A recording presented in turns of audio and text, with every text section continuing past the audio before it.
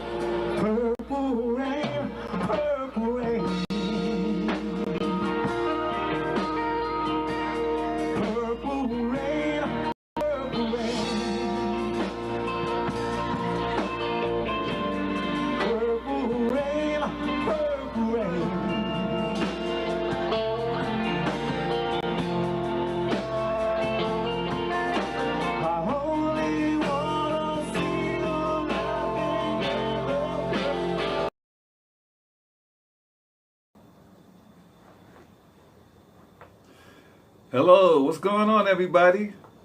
It's Ted Ethane, formerly of Tony Williams Platters, from 1982 to 1992. This particular video vlog is going to be about my time at the Cafe Wa. If anybody familiar with the Cafe Wa, it's that famous club in New York City on Greenwich Village. Is where Jimi Hendrix, Bill Cosby, Richard Pryor, they all got their starts at. It's a landmark club down in the Greenwich Village in New York City, the Cafe Y. Everybody knows about the place. Well, I got my opportunity to work at the Cafe Y as a regular guest artist doing a 20-minute set 5 nights a week. And I got that opportunity in 1987 when the Cafe Y had got new owners, and the new owners were the Dormans. Manny Dorman and his son Norm Dorman. Well, when Manny was running the Cafe Y, he also had a little restaurant called the Fijan. So it was more like Middle Eastern music. Definitely wasn't no American music. So Norm, the son, got a chance to run the club. And he was also a student at NYU at the time. But he wanted to do something different and add, you know, some contemporary music, some American music, some contemporary music, right. So he decided to put a little band together. And initially, I think it was Tuesday, Wednesday, and Thursday were the American music nights. And I think Friday, Saturday, Sunday was the Middle Eastern music. Well, what so happened was that the American music thing started getting real popular and it started getting more popular than the Middle Eastern music. So Manny allowed Norm to add on more days, and it became from Tuesday through Sunday, or it might have been from Wednesday to Monday. Yeah, I think it was from Wednesday to Monday. And he had his band there. So this one particular night, and at this time, I was already a member of the Platters. But when we weren't performing, you know, I was doing my own little things, side gig things here and there. And so I forgot how I was informed about the Cafe Wild, but somebody told me about it, and I happened to go there. And let me see, I got some people. Who's this? Juan Thomas. Is this one of my recent performers? No, this is the Cafe Wild stuff. I'm talking about Cafe Wild right now. Juanita. Juana. I'm talking about Cafe Wild right now. But you can find my recent stuff on my page, on my channel. Just look for some of the live performances, or you can check out my live music or my original music. It's all on my channel. Go to my channel and look under the different categories. You can find that. So yeah, so in '87, I went down to the Cafe Wild. I think it was a Wednesday night, and the band was playing. Norm was on stage. I introduced myself to him, told him who I was, and I was a singer. So he invited me to come up to sing a song. Man, that was so long ago, 1987. I can't even remember what song I sung. I don't know, maybe if Norm remembers.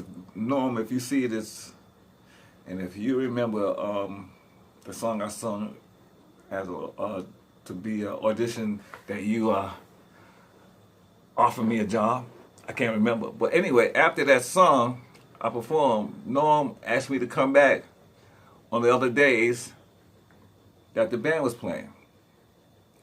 And I think he paid me like either $15 or $20. Yeah, I sung one song. Then that became popular. And then after a while, so what happened was, Norm said he wanted me to come down to one of the rehearsals, get a few songs together, and do like a 20-minute set, like 4 or 5 songs, rehearse it with the band, and then nightly when the band performs, he'd call me up, and I would do the Teddy Fame Show. So it started out that way, and then what happened was, along the way, I started meeting other cats, start coming down to the club, start meeting new people, and I eventually got some dancers, and I rehearsed some stuff with the dancers and add them to my show. And that's what you see, those little clips at the beginning of this video, the results, all of everything that I'll accomplish down there. So those clips that you see in the beginning of this video, that was from a performance in 1990. Right, in 1990, if I'm not mistaken. So by that time, the group was, my show was really on point and was really doing well. Was doing so well that Norm offered me. No, I approached Norm about. We had one night off where the Cafe Wild was closed. Was nothing going on. That was Tuesday night, and I mentioned to Norm about doing something on that Tuesday night to attract more people, especially from the people uptown. Because I was, during that time in the early 80s, there was a lot of clubs that had open mics at that time, and especially uptown. And all those singers. And we was also doing the Apollo Amateur Night. So I got to meet a lot of singers from Apollo Amateur Night, and also there was a few clubs up in Harlem that had open mics. And there was this guy who was emceeing one of the clubs. His name was Nick Jones. He's no longer with us. He died of AIDS, I think like in the early 90s. Anyway, I approached him about being the MC down at Cafe Y, and we would bring that whole scenario that we were doing uptown, and we would bring that downtown to the Cafe Y, and we would attract that whole new audience. Well, I told Norm about it. He agreed to it, so he let me put a band together. And we were doing so like the Amateur Night at Apollo that we would actually offer you a prize, first, second, and third place. And I would have people sign up to come up and sing a song. And at the end of the night, we'll have the audience decide who was the best performer that night, and we'll give them some money. I think it was like $25 or something like that. I can't remember. As a prize. But it went over so well. I mean, the place was packed on Tuesday night. It was more packed than they was expecting. But this was all these people from uptown. So now these people from uptown, they're not used to spending money, all right? So let's keep that, be real about that. So they would come and they would nurse that one drink the whole night. So the waitresses wasn't, you know, they wasn't really making money. So although the show was going well and was packed, they wasn't bringing money. And so we started charging a cover. And we started out, I think it was a $5 cover. And we think that would maybe bring some more income into on that particular night. And it sure did. We had people paying that $5 cover to come in. But we would let the people that were performing, well, we would have them come up for free. They didn't have to pay. But the people that was coming in to watch would pay the $5 cover. That went on for about, I don't know, a couple of months. And I guess from the complaints from the wait staff there to Norm, that they didn't like that particular crowd from uptown, Norm decided to stop it. I don't know, for whatever reason. He didn't, whatever reason.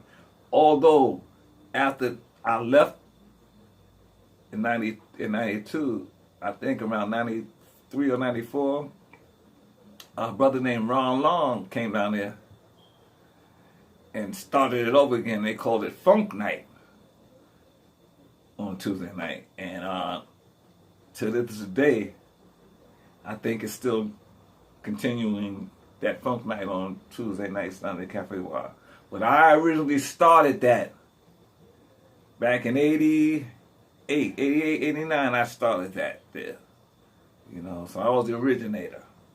A lot of the black people, entertainers that came down to the Y initially, came through me or through people who I invited to come down. So, actually, Norm Band, he took a lot of those people and added them to the Cafe Y band, because his band was all white with only Rosin. The band was initially, when we started, was Rosin McClure on piano and left-hand bass. Norm would play guitar. Norm Dormy on guitar.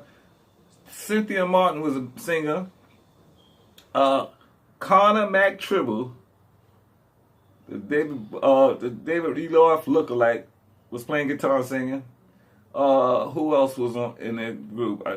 Jesus Perez was playing drums. He wasn't playing percussions then. He was the drummer. Okay, as you see on my videos, he was playing actually drum sets. Who else was in there? A couple more guitar players. I think maybe even at that time, I can't remember all the guys. There was a few guys, I can't remember their names at this moment, that were also part of the band. So it was a lot of guitar players. A lot of guitar players. That Cafe Y was, and it's to this day, it's still one of the hottest spots down in Greenwich Village to see raw, untapped talent. I'm proud of my contributions to the WA and everything that I done and brought there. Those I can look back with fond memories of those times down at the Cafe WA. Didn't get along too well with a lot of people, for obvious reasons. I think I probably got a little too popular for the people down there, because we had a little chant when I would go on stage. It would be like, and the audience would go along with it. My name was Teddy Fame. I would say, "What's my name?" Audience would go, "Teddy Fame. What's my name? Teddy Fame." And that was going on. So that was a little popular thing on then. I'm telling you, those days were great memories. And even to this day, like I said, if you would go down to the Cafe One now on MacDougal Street in Greenwich Village, you would take the train down to West 4th Street and get off at West 4th and walk over to West 3rd. Between West 3rd and Bleecker, Cafe One. Right a few blocks away from New York University, NYU. Man, so it was also, I think, so from 87 to 92, 6 years, 6, 7 years out there, man. Weekly, nightly. It got to a point where it was so good that no one gave me a raise, so I was actually making like $50, $60 a night, which is pretty good at that time. But what happened was, I was able to use that band that I was using on those soul music nights on Tuesday night, and I used that band to do audition, and there was an audition for other shows and for other gigs, opportunities. And Sweetwater's, every year in, I think, February, they were holding, for a month, they were holding auditions for bands to go over to certain clubs in Japan. And I took that band to Sweetwater's.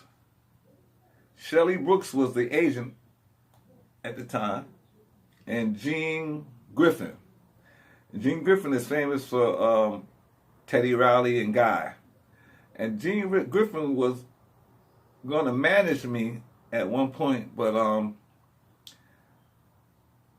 I sort of was not really feeling him too well, because he was a street dude, and I was already a member of the Platters, so I already had some type of in the business. And after that audition, I got the gig to go over to Japan. When I got that through Shelley Brooks. So Shelley Brooks I ended up working with Shelley as an agent, and she sent me over to Japan in 1990. And we did about 2 months, and I came back to New York and went back down to the WA. And in 91, I ended up going to Singapore through another agent. That wasn't Shelley Brooks, it was another agent. Actually got that job through the Platters, because we had went over to Singapore and did a whole performance. And that's on the video. I got the Singapore performance with the Platters, and I talked about how the club owner offered me a contract to come back with my band, which I did, and that was in 91. So right after this Japan job, when we came back for a couple of months, and we ended up going out to Singapore. Right. So, and from Singapore, I ended up staying out there for a year. And then from Singapore, I went straight to Japan, and I spent the whole 90s in Japan. And I did not come back to America to 92. I'm sorry, to 2000. I came back to America in the year 2000. So this video is really about the Cafe Wow. I'm gonna make a whole new video about my time in Singapore and in Japan, and those 10 years I spent in Japan. Right now I'm gonna just focus here on the Cafe Wow stuff. So like I said, I wasn't an actual member of the Cafe Wow band. I was always the guest singer, which I prefer. I didn't want to be up there all night singing background for other people. Nah. Let me come up there, do my little show, and get off. That was perfect for me. So that's what I ended up doing. So many other people like Mike Davis, who else? A couple other people that I brought down there, they ended up being a part of the Cafe Wow band. Okay, so they would stay up there all night, so they would get paid a salary, weekly salary. I was just getting paid for nightly performances, which was all really fine with me. I got to eat free every night, eat all I want, drink all I want for free. I was like a local star down there, and people from Cafe Wow, anybody that was frequenting Cafe Wow in the late early 80s and early 90s know who Teddy Fame is. Matter of fact, they had my picture on the wall at the front entrance when you walk in. It'll be on the right hand side. You see me doing one of my performances. It probably was down on my knees or something like that. One of those performances. Nice picture. It was up there for years. That picture was up there for years. I was so proud when I go down there, I'll see that picture on the wall. So, yep. And people would recognize me from that picture. So, I remember when you used to be here. Those Cafe Wow years. I have full length videos of those Cafe Wow performances. Just go to my channel and look under the different categories, and I think it'll be under live performances, and then you'll probably see the Cafe Wow performances there. You can watch all that stuff. But I got so many different performances from so many different times and eras on my page that I would like to share with all the Platter fans who are following me because of my association with the Platters. I want you to get to know me, Teddy Fame, and follow my career outside of the Platters. You'll be surprised all the stuff that I have accomplished and that I have done, and I'm still doing to this day. So I'm not going to make this a very long video, but I definitely wanted to share this video with everybody. I was hoping to get some more people to come on, maybe some people on Facebook or people that might be on YouTube at the time that remember the Cafe Wow that would come on and talk with me. So maybe another time, or maybe you can watch this video later because it's going to be posted on my page. But yeah, so this video was about my years at the Cafe Wow. This live stream. So yeah, come on down. And like I said, or like I say at the end of all my streams and videos, please comment, subscribe to the channel, share these videos, and also hit the button to keep you alert to every time that I would about to post a video.